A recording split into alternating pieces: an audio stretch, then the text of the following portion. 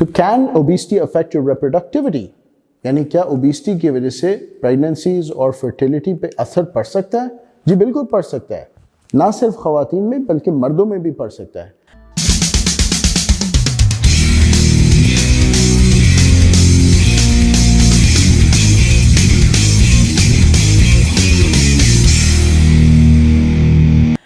देखिए भाई, बात समझना ज़रूरी है कि ओबेसिटी की होता क्या है। जब इंसान के बॉडी के अंदर फैट्स की मिकदार इतनी ज़्यादा हो जाती है तो उसके कुछ असरात पड़ते हैं।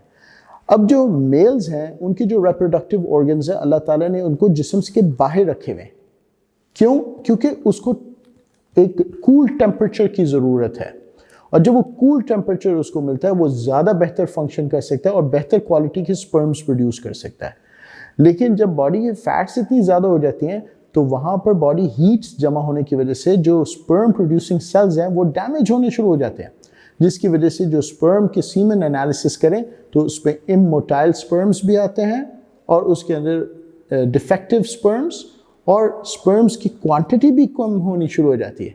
तो मेल रिप्रोडक्टिविटी अफेक्ट हो जाती है ओबेसिटी की वजह से। और जो फीमेल्स हैं उनके अंदर क्या होता है कि ये जो फैट्स हैं ये बहुत हार्मोनली एक्टिव है।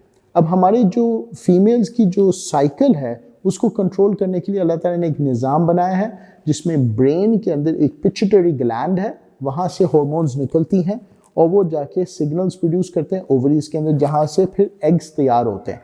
जैसे जैसे वो एग तैयार हो रहा है वहाँ से सिग्नल जाते हैं यूट्रस को, जहाँ फिर यूट्रस को तैयार किया जाता है ताकि वो एग को रिसीव करे, और यूट्रस से फिर वापस सिग्नल ब्रेन को जाता है कि भाई अब मैं रेडी हूँ और अब आप एग को भेज सकते हैं। फिर ब्रेन से सिग्नल जाते हैं ओवरीज को जिससे वो एग रिलीज होता है और यूट्रस में जाके बैठ जाता है, और फिर वो प्रिपेयर्ड होता है कि भाई अब वो स्पर्म आएंगे तो उसके साथ मिल जाएगा।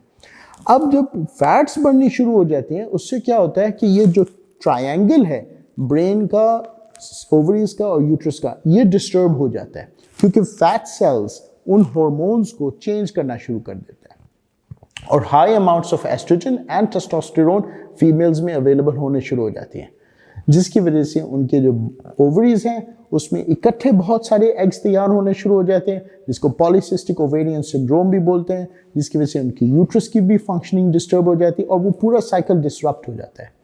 तो जब साइकिल्स डिसरप्ट हो जाते हैं तो उनके लिए फर्टिलिटी अफेक्ट हो जाती है, और जो टेस्टोस्टेरोन बढ़ना शुरू हो जाता है फीमेल्स में तो उसकी वजह से मुख्तलिफ किस्म के उनके इफेक्ट्स आते हैं।